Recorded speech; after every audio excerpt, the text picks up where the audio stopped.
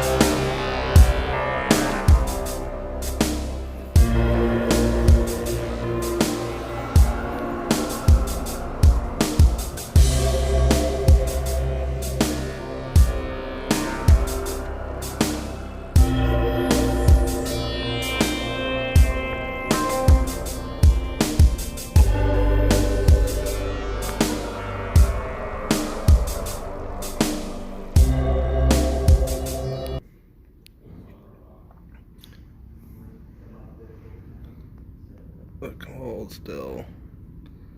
So there's a break somewhere here.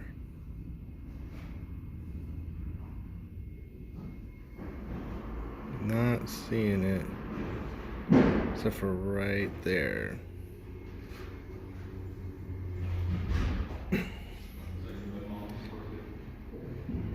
See, I'm gonna scrape that one spot right there in the middle of the screen. See if that's where my break is. Okay. Let's take a look at this here. Whoa, steady.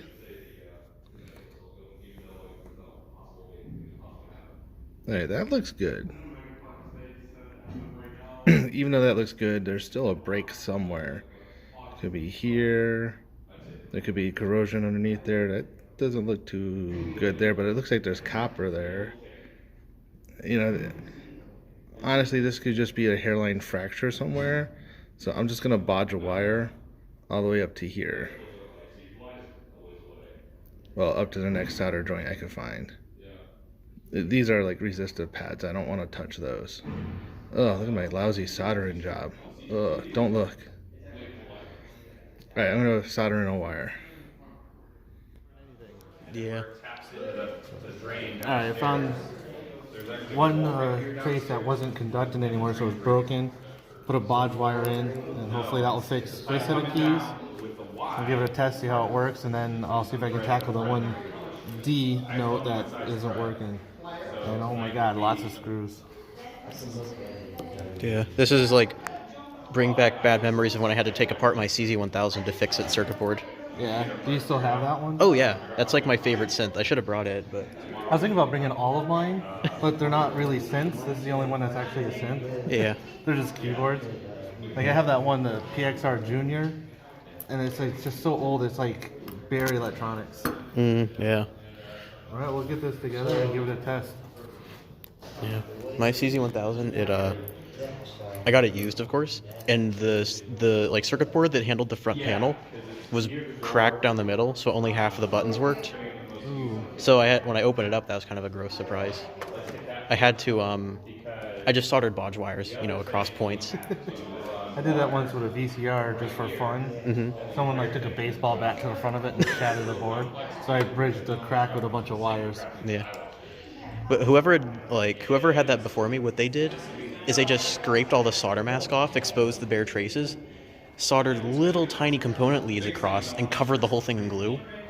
And like all of those traces, like all the little traces, just shifted, so they just stopped working. So I just removed all that crap and then soldered the bodge wires in. It was really gross. This thing's pretty crazy. It's like a bunch of processors on it. Yeah, it's kind of how the CZ1000 was. It has like 6 boards that all have their own very specific duty. You have like the digital board that has the processor, then you have an analog board, and then you have like a front panel circuit board, a keyboard circuit board, a power circuit board. So, just open the bottom underneath of it. All right. Okay, I've taped down the key that's not working, so I can see which one's up, and then I went ahead and marked it on the board so I know exactly which contacts I need to inspect. So I'm going to go over to the EE lab and see what's going on, see if we can find an issue. Okay, so took it apart. This is the D note, and this is the one that's not working. And you can see I put tinfoil down because I don't have one of the proper ink pens to recreate the touchpad. Do you mind? Yes.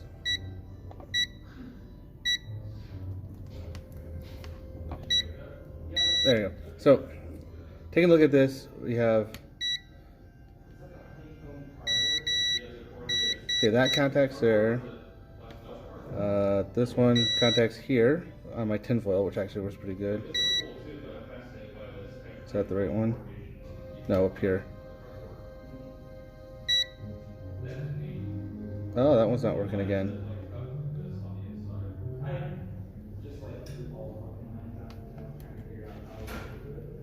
So I got some problems here, and I noticed this one here is not conducting over here. I tried to use glue.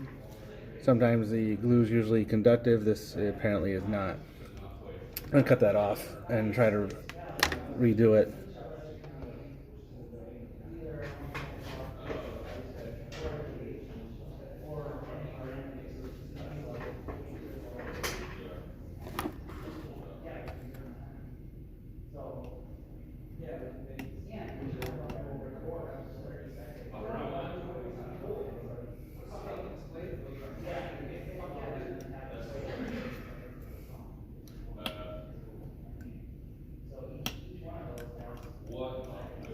Just gonna chip this right out of there.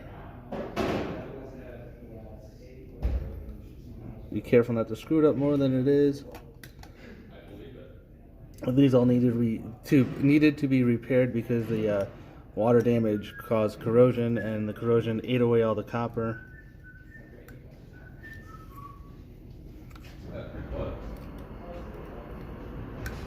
I got some of the glue away. Let me try just heating it up. On the other side, that pokes down, and eventually the nut just falls right off. I'm like, well, I don't want that. All right. So I just tap right into So the this plastic. guy is not working all the time.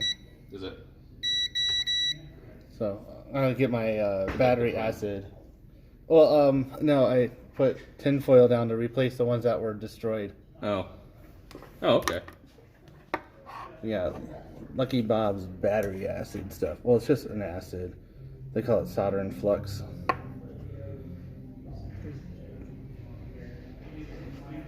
Be nice if I actually got some on it.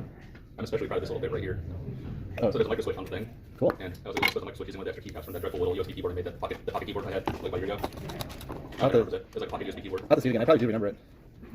Let's see if this works. This thing?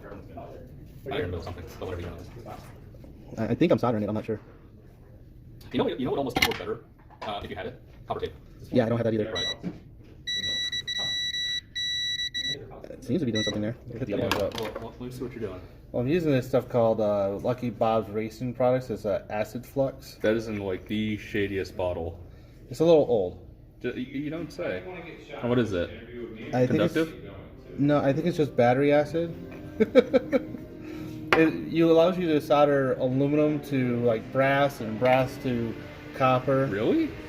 Yeah, because I think it's making like an etching action. I'm not Oh, sure. interesting. It's probably toxic as shit.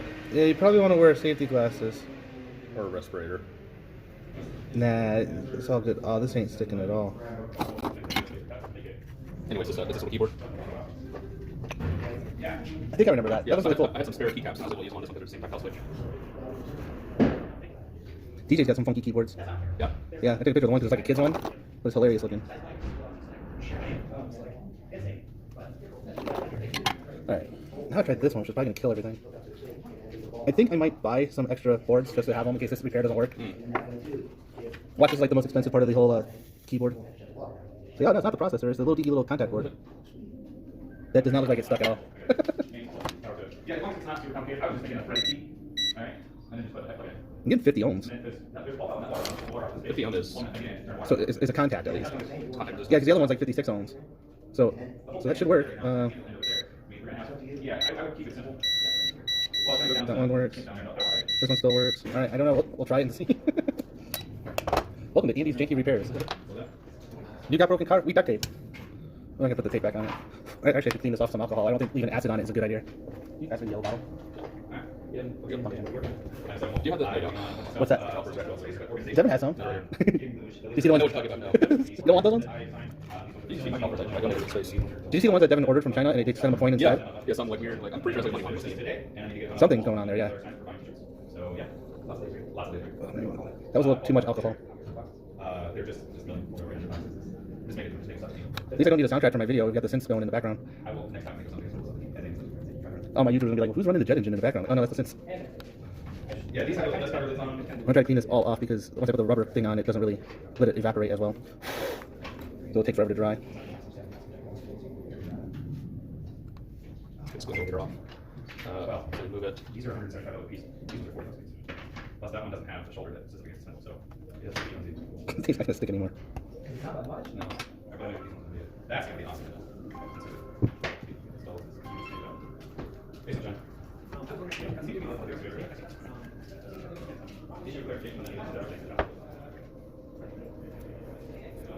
This part's more origami than actual repair.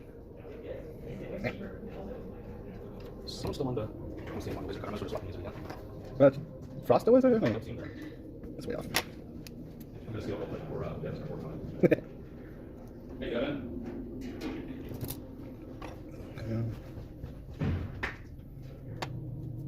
Should help hold it in place. Should. No, let's put the rubber on there. That should keep things in place.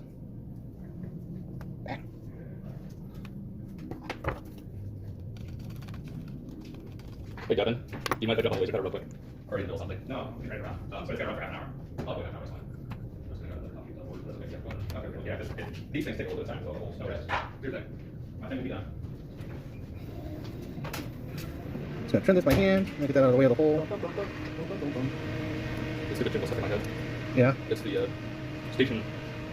There's a station in Osaka. The Osaka mass, the railway. Like anytime there's a train coming in, it runs the sound. Really? Yeah. I don't think I've ever been to a train station, so I don't know. In that green bin. Oh, I've got them over there by my keyboard. The orange case. Get this together. It's the one that has all the thorax ones as well. Thorax. I don't know. Torps? They're the TriStar ones. It's over there next to the left-handed wrenches.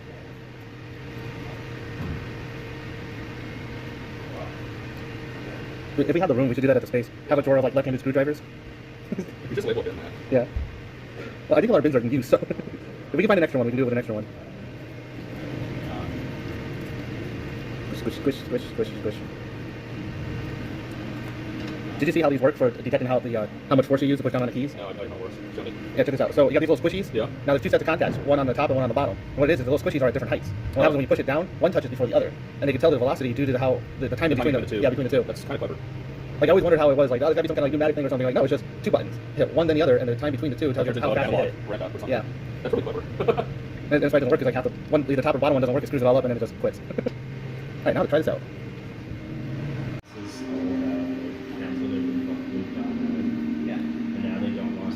Let me see here. That's not right. Alright, we have to check that and find out where we messed up. I might have the rubber thing switched. Okay. Took it all apart for nothing. This one on the end does not get used. See the hole there? So this lines up with it this way. There's a screw hole. That one's on the very end. so it doesn't use that contact. There's no key there. I was thinking I was missing a rubber pad or something, or had the rubber pads on all backwards. All right, now to put it together and we'll get a test in.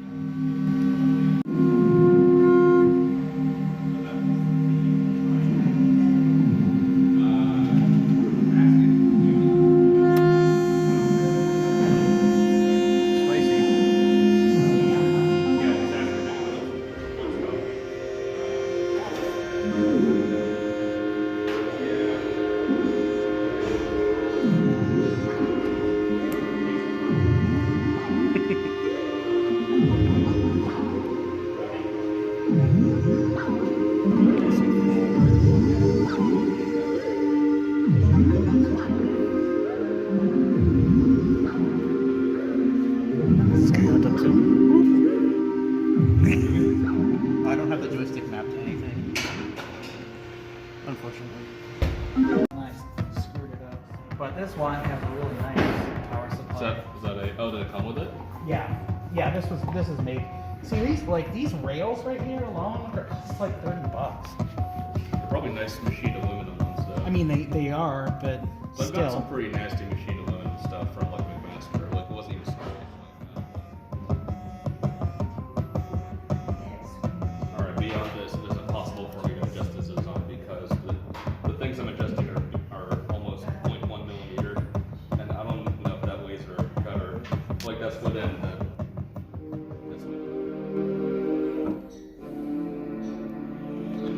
Alright, so this keyboard is one of my favorite keyboards ever. Bought it brand new and I'm just going to cherish it forever. Let me show you some of the features on here.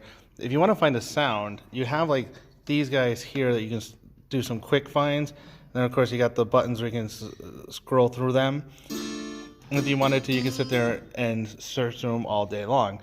Or if you wanted to, you can have this feature called Hold the Spell. You'll hold this down and then type out the sound that you want. Oh, alright. So if you wanted to look up a sound, say cello, you just hold down this select sound, then type it out. C, E, L, oh, it's two L's. Oh, there it is already, so.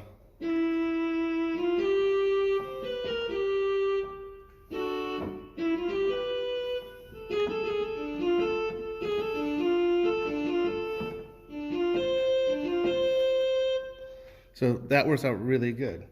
There's also some really cool features on this keyboard, like it records all the time. So if you wanted to bring something back, like, oh, that sounded cool, you hit the idea recall, and it brings it right back for you. Everything that you played is stored, up to like 64 notes or something like that. So you can easily bring it back and then hit send to bring it to a 16-track recorder. The 16-track recorder is really nice. It's just a MIDI, but you could also do a bunch of sound and song recording on there. And then to get even further advanced, we have the song editor. So you can have your intro, verse 1, chorus, verse 2, chorus, everything right in there. And it's really simple to use. And then when you're done, you can store everything onto the floppy drive. Yep, 3 1/4.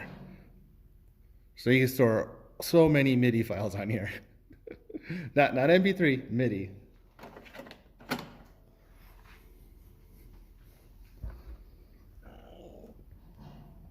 That's over here. We could do, oh, it's over here. Load. Choose a song.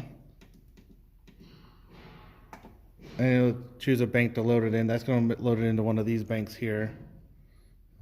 Say yes. Now it's loaded into bank A. We can hit play. That was really loud.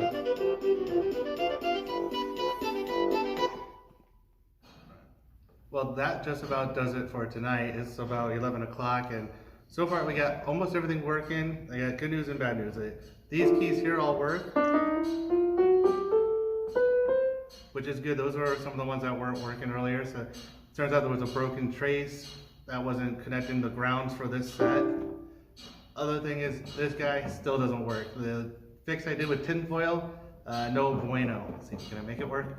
Nope, it's not working. I'll have to actually go and buy some of that carbon pad stuff and actually look at rebuilding those carbon pads. So I think the sensor needs to see carbon to carbon, and carbon to tinfoil is just not cutting it. I measured it was like 56 ohms on the other ones. This one was measuring 0 because of the aluminum, so maybe that's a big difference. But for the most part, it's up and running.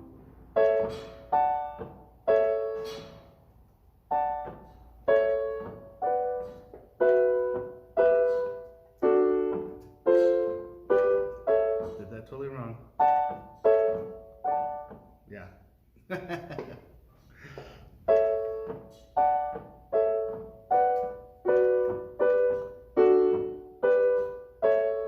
Better when you're not nervous.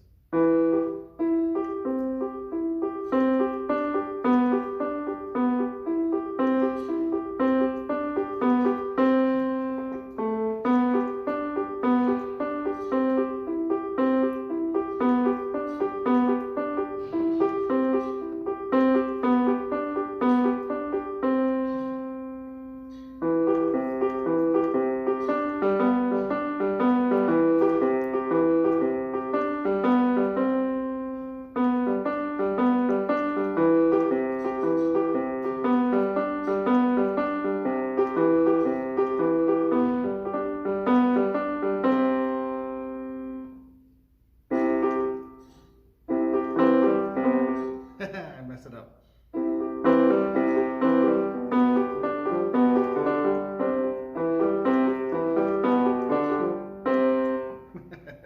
Well, you guys get the gist of it. I think that about wraps it up for this. Can't really think of anything else to go over. This is pretty much good enough for now. I'll work on getting something to figure out the 1D key here to fix that. But for now, at least it's pretty much playable. Don't forget to like, comment, and subscribe to my videos.